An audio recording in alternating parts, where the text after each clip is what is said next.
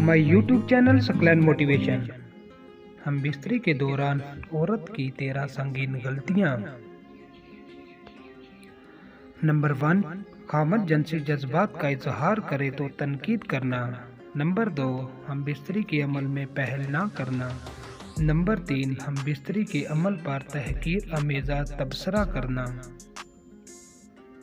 Number 4, हम बिस्तरी के दौरान मुज़ाहमत करना। नंबर 5, औरत मर्द से कहे कि हम बिस्तरी पसंद ही नहीं है। नंबर 6, हम बिस्तरी के दौरान हुक्म चलाना और मनमानी करना।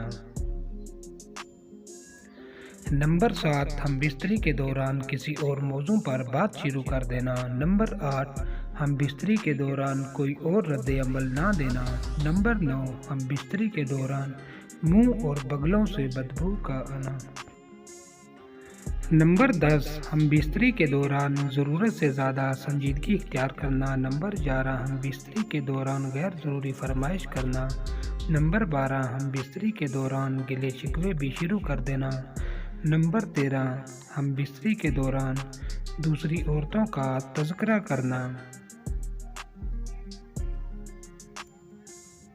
अगर वीडियो अच्छी लगे तो वीडियो को लाइक और शेयर कर दें और ऐसी मोटिवेशनल वीडियो देखने के लिए हमारे चैनल को सब्सक्राइब कर दें।